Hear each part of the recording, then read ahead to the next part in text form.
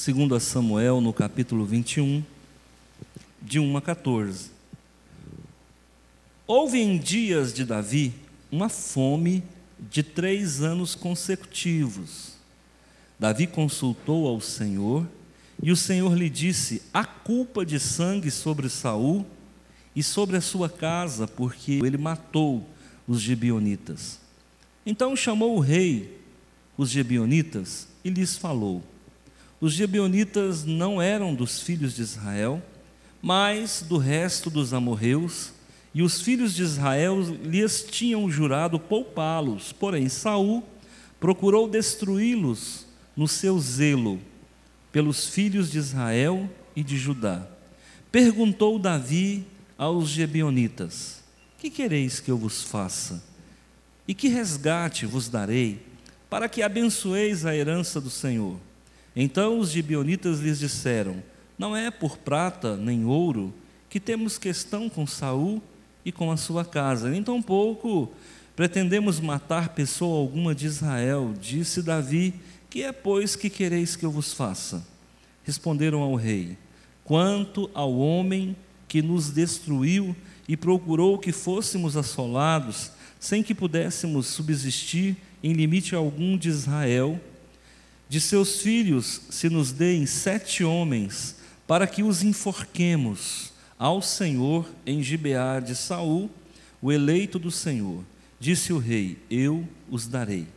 Porém o rei poupou a Mefibosete, filho de Jonatas, filho de Saul, por causa do juramento ao Senhor, que entre eles houvera entre Davi e Jonatas, filho de Saul. Porém, tomou o rei os 2 filhos de Rispa, filha de Aiá, que tinha sido tido de Saul, a saber, a Armone e a Mefibosete, como também os 5 filhos de Merabe, filha de Saul, que tivera de Adriel, filho de Barzilai, Meolatita, e os entregou nas mãos dos gibeonitas, os quais os enforcaram no monte perante o Senhor. Caíram os 7 juntamente, foram mortos nos dias da ceifa, nos primeiros dias, no princípio da ceifa da cevada.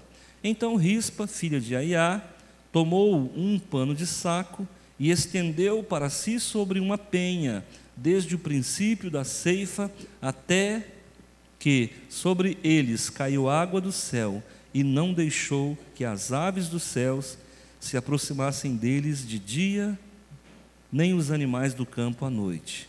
Foi dito a Davi o que fizera Rispa, filha de Aiá e concubina de Saul.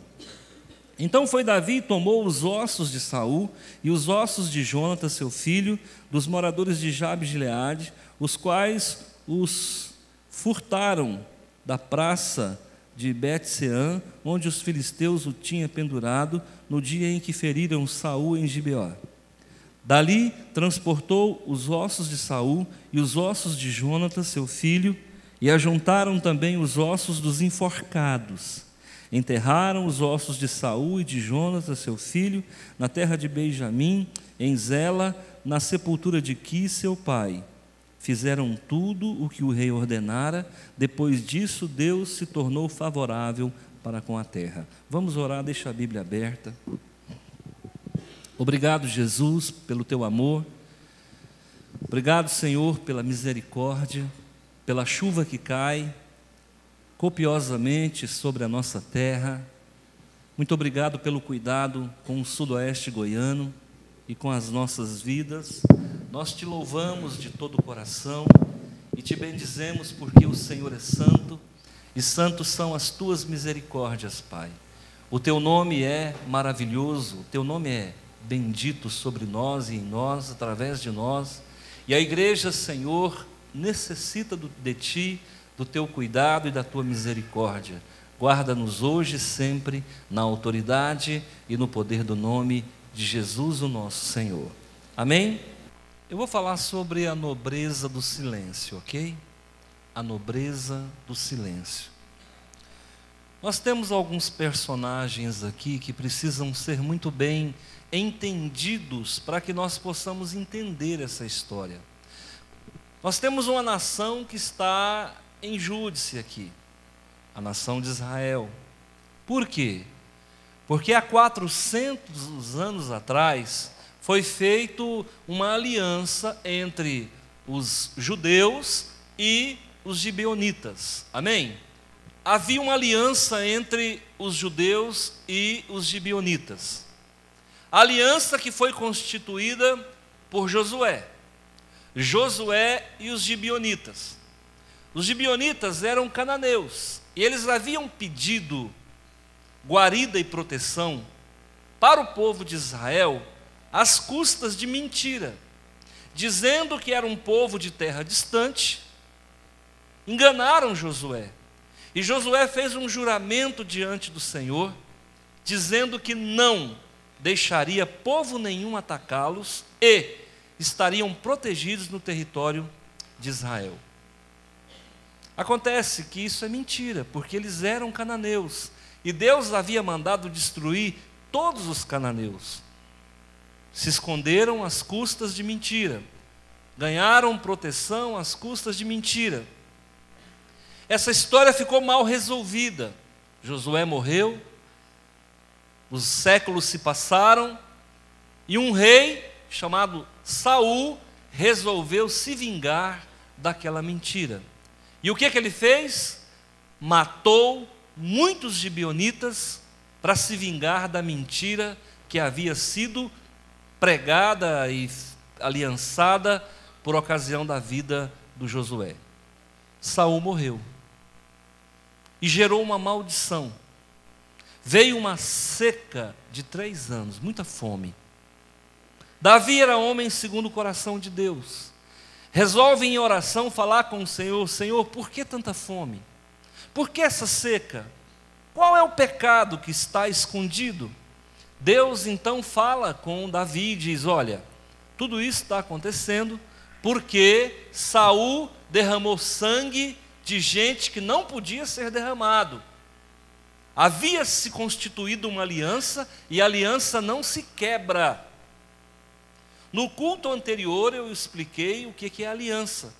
Aliança é um acordo, um juramento entre ambas as partes, onde nenhuma das partes pode quebrar. Deus não quebra aliança, quem quebra somos nós. Nós podemos fazer aliança com Deus, podemos fazer aliança entre nós, homens, e existe a aliança do casamento, que é entre um homem e uma mulher. Essas alianças não devem ser quebradas. Tudo bem. Acontece, irmãos, que Davi resolve atender aquela situação e resolver o problema da pior forma possível. E qual é a pior forma possível? Deixa de consultar a Deus e vai consultar justamente o inimigo, a parte ofendida, a parte desonesta. E o que os gibeonitas exigiram? Exigiram 7 pessoas para serem enforcadas. Esse era o preço para aplacar a ira de Deus. O que Davi fez? Pegou 7 pessoas, entregou na mão dos gibeonitas e eles foram enforcados, todos de uma só vez. E aí começa a nossa história. A nobreza do silêncio. O texto é o mesmo do culto anterior, a pregação é outra. Uma mulher se destaca no meio dessa história toda. Quem se lembra o nome dela? Rispa.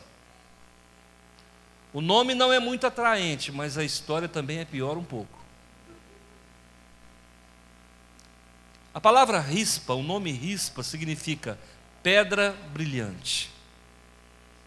Significa brasa de fogo.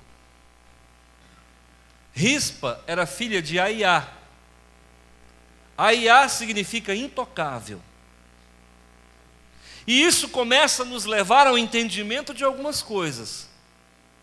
Nunca ache que você é intocável e que o mal não vai atingir a sua vida. Muito cuidado de achar que a desgraça só acontece no vizinho e ela não bate na nossa porta. Nesse exato momento, alguém pode estar conspirando contra o teu casamento. Nesse exato momento, alguém pode estar conspirando contra a tua vida. Nesse exato momento, os demônios podem estar se reunindo para tentar destruir o teu patrimônio. Não caia no pensamento de que supostamente Rispa possa ter tido, de que ela era intocável porque o significado do nome da mãe dela, Aiá, era intocável. Nós não somos intocáveis, nós não estamos acima do mal. Nós estamos convivendo com o mal todo dia. Todos os dias, dezenas, centenas de empresas são fechadas no Brasil. Muitas decretam falência. Centenas de casamentos são desfeitos todo dia pelo Brasil afora. Milhares de pessoas estão morrendo nesse exato momento. Antes de terminar esse culto aqui, pelo mundo vai morrer mais de 1000 pessoas. Então, queridos, todos nós estamos sujeitos aos problemas. Mas o problema não é estar ou não estar, é como nós nos comportamos dentro do problema. Aí você vai entender a nobreza do silêncio. Quem era Rispa? Primeiro, concubina do rei Saul. Alguém aqui não sabe o que é uma concubina? É uma mulher de segunda classe, dentro da casa. Ela é a outra. Ela é a amante que compartilha o teto com a esposa principal. Um amante morando longe já é problema, e morando dentro da mesma casa. Concubina é serva, concubina é escrava. Quem entrega a concubina para o marido é a própria esposa. A esposa fala: meu bem, dorme com a concubina hoje. Vai entender por que é isso, né? Então, quem era Rispa? A segunda mulher, ou a terceira, sei lá quantas ele tinha, de Saul. Segundo, Rispa, quando Saul morreu, ela sai do palácio e vai morar entre o povo, sai da corte, perde o direito da corte. O general do exército de Saul a violenta, estupra a ex-mulher do rei. Uma mulher que era a segunda, uma mulher que perdeu a corte, uma mulher que foi violentada pelo general do exército do seu esposo, e agora, uma mulher que tem 2 filhos assassinados. E pasmem, não abriu a boca. Ela não abriu a boca quando foi ser a segunda mulher. Ela não abriu a boca quando perdeu a corte. Ela não abriu a boca quando foi violentada. E ela não abriu a boca quando ela perdeu seus filhos. Dos 7 que morreram, 2 eram de dentro da sua casa. Tem um ditado que diz: desgraça pouca é bobagem. Há épocas na nossa vida, irmãos, parece que os portões do inferno se abrem e os demônios levantam pessoas. A questão não é se você vai passar por problema, a questão é como você vai se comportar. O silêncio é uma nobreza que nós devemos cultivar. Rispa foi uma mulher que sofreu e nunca abriu a boca para achar culpado. Uma mulher que nunca foi numa rede social. Uma mulher que não ficou buscando apoio. Uma mulher que não ficou fazendo complô para ganhar força contra o rei. Uma mulher que não ficou se valendo de choros, de choramingos para poder fazer séquito de seguidores. Uma mulher que não faltava com a verdade. Olha só o que ela fez, queridos irmãos, preste atenção. Versículo 8. Porém tomou o rei os 2 filhos de Rispa. O que significa Rispa? Pedra brilhante, brasa de fogo. Filha de Aiá. O que significa Aiá? Intocável. Que tinha tido de Saul, a saber, Armone e Mefibosete. Esse Mefibosete não era o paralítico. Esse Mefibosete era outro primo do Mefibosete paralítico. Como também os 5 filhos de Merabe. Quem era Merabe? Merabe era irmã de Mical. Quem era Mical? A filha de Saul. Quem era Merabe? Filha de Saul. Merabe teve 5 filhos, morreram todos. Mical ficou estéril, porque criticou um homem de Deus. Sabia disso? Muitas esterilidades se dão por conta de no passado alguém ter atacado um homem de Deus. Filha de Saul, que tivera de Adriel. E aí vai. E os entregou nas mãos dos gibeonitas, os quais os enforcaram no monte perante o Senhor. Primeira coisa que eu quero que você grave: ninguém está imune ao sofrimento. Tem alguém sofrendo aí? Saiba como sair desse sofrimento. Saiba como tirar proveito desse sofrimento. Tem alguém te atacando? Tem alguém te apedrejando? Tem alguém falando inverdades ao teu respeito? Tem alguém querendo o teu lugar? Porque na verdade, irmãos, o que move muitas perseguições são inveja. É isso. No submundo da fé ou do que seja, os inimigos que nós arrumamos é porque eles não conseguem, eles são incapazes. E aí quando alguém brilha, ele precisa ser apedrejado. Sabe por quê que Rispa foi tremendamente atacada? Porque ela era uma pedra que brilhava. Uma mulher saber se conduzir diante de um sofrimento, isso é mulher sábia, mulher virtuosa, quem achará? Mulher sábia edifica a tua casa. A mulher sábia, irmãos, ela sabe quando falar, ela não é tagarela, ela sabe quando falar. Mulher que conversa demais, não sabe, não é sábia, não é pedra brilhante.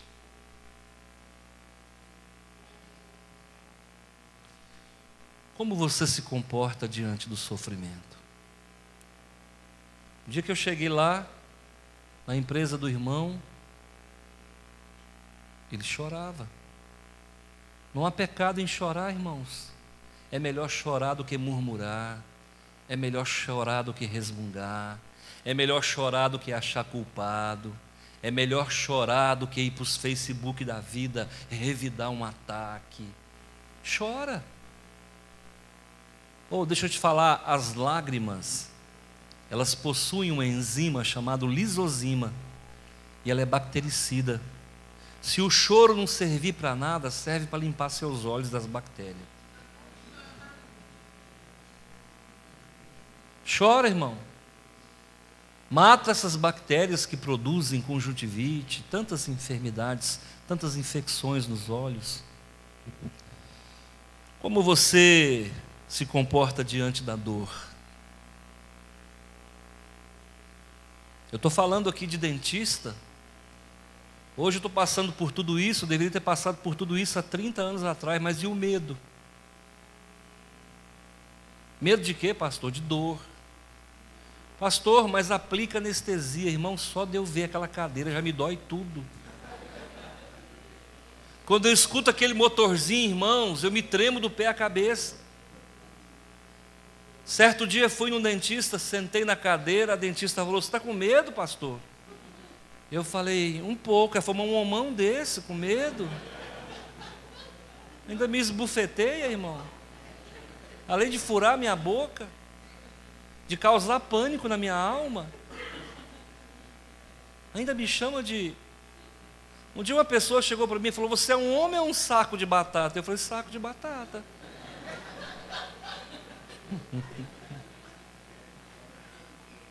Eu tinha um problema que onde tinha gente morta eu não podia entrar. Em 1995, no dia 3 de outubro, a minha tia-mãe faleceu. Eu fiquei velando o corpo dela do lado de fora. Você já viu isso? Não tive condições de ver a minha tia-mãe morta. O dia que Deus me chamou para o ministério, eu falei: Senhor, tudo eu faço, mas entrar numa sala que tem morto, não, me poupa. Liguei para o pastor Rodrigo e falei: pastor, já fizemos casamento, já fizemos batismo, Só falta fazer culto fúnebre, irmão, era tudo que eu não podia falar. No dia seguinte morre alguém e o pastor estava viajando. O irmão da Assembleia de Deus me ligou: pastor, faz o culto fúnebre. Eu falei: mas na Assembleia de Deus? É, pastor, o pastor viajou. Eu falei: mas não tem ninguém aí que dá conta de fazer? Eu estava com tanto medo, irmão, nunca tinha feito. Aliás, eu não entrava onde tinha gente morta. Falei para o pastor Rodrigo, apareceu um negócio para nós fazer aí, irmão. Ele falou: o quê, pastor? Morreu uma pessoa. Ele falou: ah, morreu. Ele disse que é nós que vamos fazer o culto fúnebre.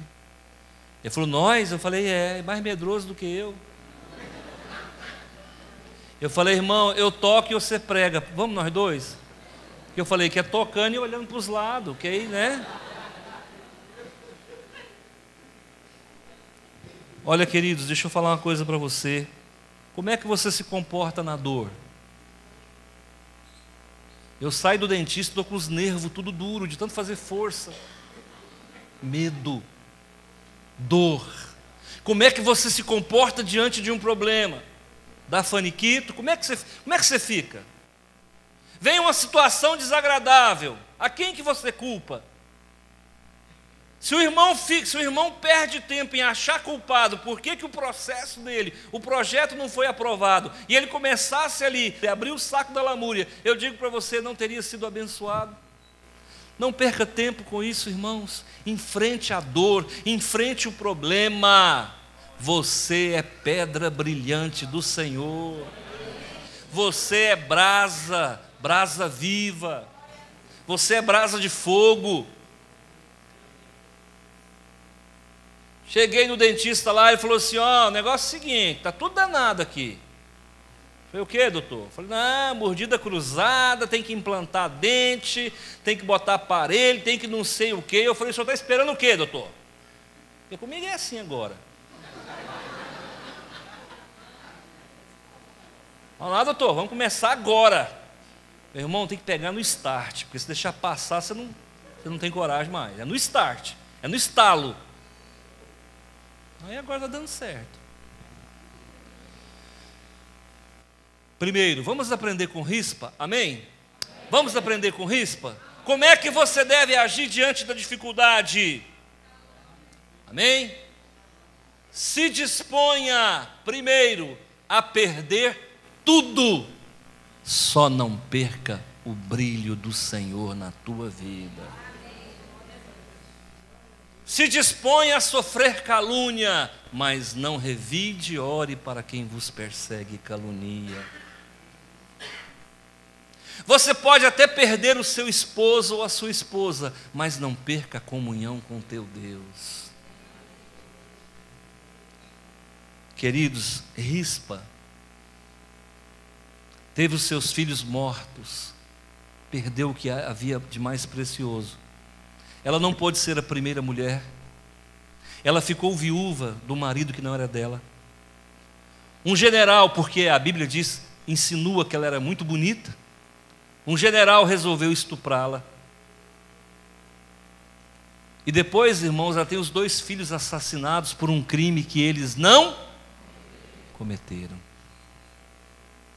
Tiveram a infelicidade de ser filho de um homem mau e pagaram com a própria vida. Ela perdeu tudo. Na vida essa mulher só sentiu dor. Na vida essa mulher não teve prazer. Ela não teve prazer com o marido da outra. Ela não teve o prazer de continuar na corte. Ela não teve o prazer de curtir a sua viuvez. Ela não teve prazer de curtir os seus filhos, de ser cuidada pelos filhos. Ficou sendo uma mulher abandonada. Perdeu tudo, mas ela não perdeu a sua fé. Segundo, saiba enfrentar a solidão. É difícil, eu sei que é, irmã. Não, é verdade, eu sei, eu estou compartilhando no espírito com a irmã. Solidão não é fácil não, irmãos. Sabe o que acontece na idade que nós estamos para frente? Muitas pessoas ficam viúvos, perde o seu casamento, não tem mais saúde, não tem mais vigor, às vezes não tem dinheiro, às vezes não tem uma pessoa para fazer um café para ele ou para ela. Não tem mais quem põe o alimento dentro de casa. Perdeu tudo. E ainda está sozinho. Os filhos casam, vão para o mundo. Nós não criamos filhos para nós, irmão.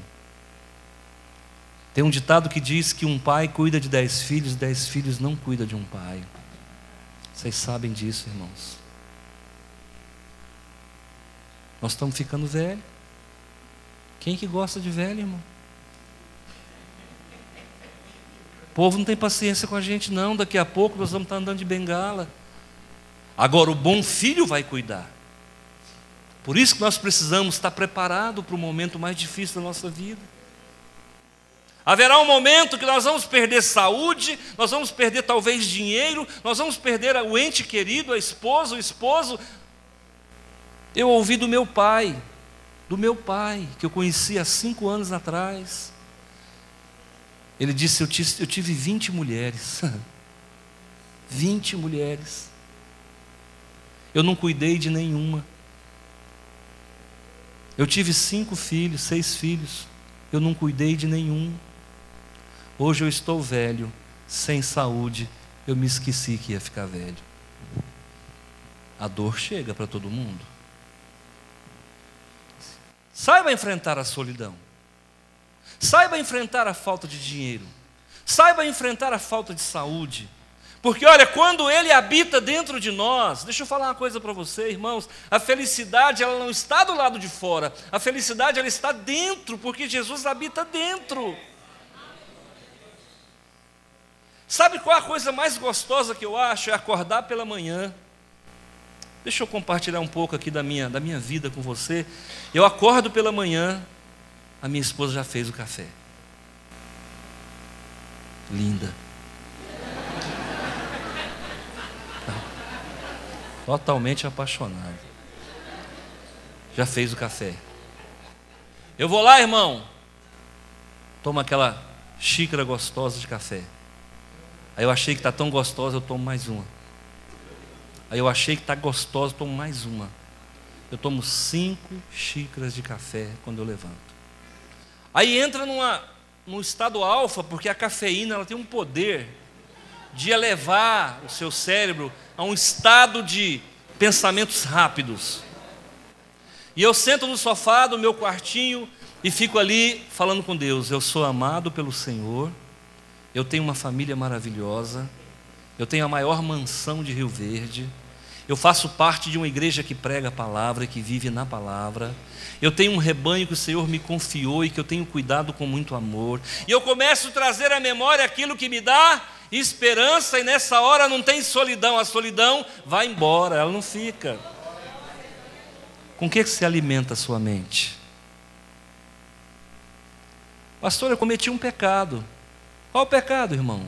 Eu cometi esse e esse pecado. Com o que se alimenta a sua mente? Procure alimentar a tua mente com pensamentos salutares. Alimenta a tua mente com aquilo que dá esperança. Tem hora que a tentação chega, você fala, arreda Satanás, Deus me ama, eu sou filho de Deus. Começa a recitar versículo. Eu faço a pregação aqui, quando o versículo me agrada, eu vou para casa e fico falando ele na minha cabeça. Porque na hora que vier o vácuo, na hora que vier a solidão, na hora que vier a tristeza, eu recito aquele versículo e ele me alimenta, ele me enche, ele me preenche, ele me renova, ele me santifica, ele me transforma. Faça isso, aprenda a viver na solidão. Muitas vezes nós estamos sozinhos com a casa cheia de gente. Ninguém me entende, ninguém me olha, ninguém me vê. Eu sou invisível dentro dessa casa. Só lembram de mim para pagar conta e carregar peso. Então, queridos, coloca isso no seu coração, tá? Aprendemos mais com Rispa. Ela participou da libertação do seu país. Havia um juízo contra Israel, sim ou não? Sim. O país estava sobre a maldição, sim ou não? Sim. Porque derramou sangue inocente. E aqui o sangue foi pago com sangue. Quem Deus usou para libertar aquele país? os 2 filhos dela. Muitas vezes, irmãos, Deus vai tirar algo que te é precioso, não para abençoar a sua vida, mas para abençoar a vida de alguém. Sabia disso? Aqueles homens foram para a forca para libertar um país de uma maldição. Jesus foi para a cruz para nos libertar do pecado eterno. Alguém tem que fazer o serviço sujo, alguém tem que fazer o serviço pesado. Você já imaginou se toda mulher fosse médica, advogada? Você já imaginou se todo homem fosse engenheiro, industrial? Quem queria cozinhar tão bem? Quem queria cuidar da casa tão bem? Quem queria lavar um carro? Quem queria construir uma casa? Irmãos, não importa qual é a tua função, lembre que você ajuda a construir o futuro desse país. Lembra que você ajuda a formar a opinião de muitas pessoas. E às vezes custa um sacrifício. Jesus morreu, deu a sua vida por nós e voltou para a casa do Pai. Ele veio aqui só para executar um trabalho. Talvez a tua vida serve só para trabalhar, para ajudar alguém. Do que se resume a sua vida, pastor? A minha vida se resume em abençoar a obra de Deus. É isso, irmão. Talvez a pessoa vai passar por esse mundo só para abençoar a obra de Deus. Pronto. Para que essa mulher serviu? Para ser mãe. Você quer coisa melhor do que ser mãe? Ah, mas ela não fez uma faculdade, um curso superior, ela foi mãe. Tem gente que tem faculdade, curso superior, não consegue ser mãe. Dê o seu melhor, participa da libertação do teu povo, do seu país. Aprendendo com ela, ganhou o direito de sepultar os seus filhos. Como é que você elabora as questões ruins da tua vida? Você sabia que eu era privado de participar da elaboração das mortes? Por exemplo, a psicologia nos orienta que nós devemos participar do funeral. O que é o funeral? É o momento em que você elabora a partida do seu ente querido. Não vou no funeral, quero guardar os momentos felizes. Escuta, mas a Bíblia diz que Deus se alegra com a morte dos santos. Esse momento pode ser infeliz para você, para Deus é um momento de júbilo, porque é um filho que volta para casa. E como é que você elabora isso? Vou dizer que você tem que chegar lá, ficar beijando o morto, passando a mão, não estou dizendo isso não, mas vai lá, olha para ele, olha para ela, participa daquele momento, da oração, ora pelos familiares, dá o seu último olhar, joga o último punhado de terra. Como é que você sepulta os teus problemas? Você quer aprender como é que essa mulher fez? Quando acabaram de enforcar os filhos dela, ela pegou pano de saco, ficou a meia distância, um colchão no chão, possivelmente cobriu com pano, fez uma pequena tenda. Pasmem, ali ela ficou 6 meses, da colheita até a chuva chegar. 6 meses. De dia ela tocava os urubus, de noite ela tocava os lobos e os chacais, num estado de vigília. Sabe o que Rispa nos ensina? Tenha estado de vigília na tua vida. Quando as coisas estiverem muito ruins, não vai dormir não, fica acordado, porque é nos momentos mais ruins da nossa vida que os demônios fazem festa. Sabia disso? Você está passando por um problema, os demônios estão dando gargalhada. Arrebentei com a vida dele, arrebentei com a vida dela. É o momento de dormir mais tarde, de acordar mais cedo e talvez nem de dormir. sepulta o teu problema na vigília. Você imagina aquele mau cheiro daqueles jovens sendo consumidos pelas bactérias, pelos fungos, num estado de putrefação, de decomposição, ela assistindo seus filhos serem consumidos, sabe, totalmente tomado de varigeira. E ela olhando para o resto que sobrou da sua família, porque o marido já tinha morrido. Ela não era ninguém na ordem do dia, agora perdeu quem cuidava dela. Ela ficou ali vivendo 6 meses com aqueles cadáveres. Chegaram para o rei Davi e disseram: rei, sabe Rispa? Ele disse: sei. Tem 6 meses que ela está morando no relento. Tem 6 meses que ela toma sol escaldante na cabeça e sereno de madrugada. Tem 6 meses que essa mulher come resto de comida que alguém leva para ela. Tem 6 meses que essa mulher não toma banho. Tem 6 meses que essa mulher não troca de roupa. Há momentos na nossa vida, irmãos, que nós temos que parar tudo, reavaliar, refazer a nossa história. Tudo errado. E se você não parar para fazer uma limpeza geral, uma elaboração bem feita do teu problema, você não vai sair do problema. Quando o rei escutou aquilo, ele ficou muito comovido e falou: que amor é esse? Que amor é esse que essa mulher foi tomada a ponto de velar pelos cadáveres dos seus filhos? Sabe por quê? Porque ela achava que os filhos mereciam a sepultura digna. Não é justo, irmão, jogar o cadáver dos nossos parentes para os animais comerem. Sabe o que o rei Davi fez? Chamou os seus soldados, falou: vai lá, pega os restos mortais de Jonatas, pega os restos mortais de Saul, pega a ossada que sobrou osso, vai lá, pega os ossos dos 7 que morreram, e vamos dar uma sepultura digna para esses homens que morreram em defesa desse país. Toca no coração de Deus.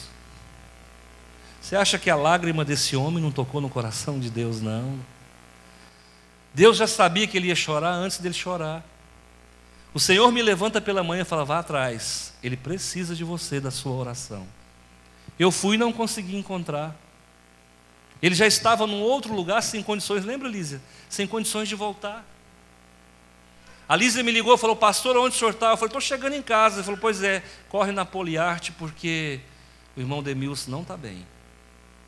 Eu fui para lá. Chegando lá, já sabia o que tinha acontecido. Falei: meu Deus, eu vou falar o que para esse homem? Eu falei para ele que tinha luz no final do túnel. Eu liberei uma palavra de que Deus ia operar. Falei que o dinheiro ia sair. E agora? Chegando lá, ele contou a história em pé e eu sentado. Eu disse: não para, ainda tem uma porta que você pode abrir. Cadê os amigos da primeira hora? Cadê os amigos da primeira hora? Há momentos que a gente tem que bater na porta de algumas pessoas certas na hora certa. Hoje nós estamos aqui comemorando a vitória desse irmão e a tua vitória. E Deus cuida da gente. A irmã Graziele, alguns dias atrás, ela está aí e procurou o pastor. Queria que o senhor orasse comigo. Tem uma situação aí que parece que vai se confirmar, não sei, mas não foi clara. Quando eu orei para ela, eu disse: tem luz no final do túnel. Tem portas que vão se fechar na sua vida, mas o Senhor está colocando um chaveiro com muitas chaves na sua mão. Eles vão fechar uma porta muito importante para você. Se prepara, porque você vai ter muitas portas para abrir. Eu não sei se essa profecia se cumpriu toda na sua vida. Parte eu sei que se cumpriu. No final do ano passado fecharam a empresa que ela trabalhava, e eu estou firmado na promessa. Talvez a porta, que é a porta do sucesso, ainda não foi aberta, mas você já começou a abrir porta. Irmãos, Deus, quando nos ama, Ele nos prepara para o pior.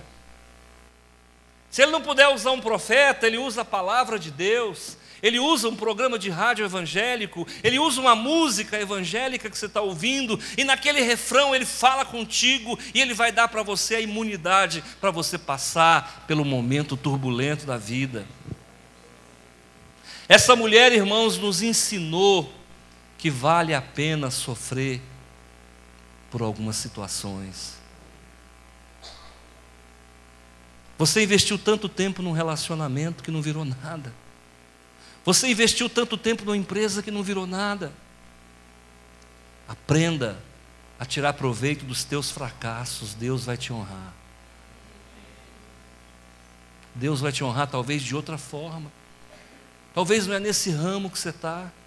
Talvez não é nessa situação que você está. Pai, fala comigo. Amém? Glória a Deus. Para fechar o que nós acabamos de falar, perca tudo, não perca a presença de Deus na tua vida. Saiba enfrentar a solidão, ela existe. No momento da enfermidade, quando chegar a velhice, quando aparecer outra no teu caminho, aprenda a tirar proveito. Não murmure, não brigue, não xingue, não esperneie. Faça como ela, se cala e aguarda a bênção do Senhor. Saiba que o que você tem feito aqui nessa igreja tem ajudado a construir o avivamento dessa cidade. A tua presença é importante para mim. Pessoas que saíram daqui, que se beneficiaram e que hoje jogam pedra, não sabem que estão juntando brasa na cabeça. Quarto, ganhe o direito de sepultar os teus mortos. Elabore as situações mais difíceis da tua vida. Não arrede o pé. Durma mais tarde, acorde mais cedo. E Deus vai mandar alguém na sua casa. Mandou ou não mandou? Mandou o homem na casa dele. Você não precisa nem sair da porta para fora. A bênção vai na tua casa. Eu desejo de coração que você supere. Nos momentos mais difíceis da tua vida, cala a boca. Psiu, fala nada. Não se complica. Pastor, eu estou sendo humilhada. Cala, cala, cala, cala. Pastor, a pessoa está mandando mensagem, a pessoa passa na minha porta, me xinga. Cala a boca. Pastor, foram no Facebook e falaram cobras e lagartos de mim. Cala. Cala. Cala. Porque na hora que Deus agir a teu favor, vai fazer tanto barulho. Mas vai fazer tanto barulho. Feche os seus olhos, eu quero orar com você.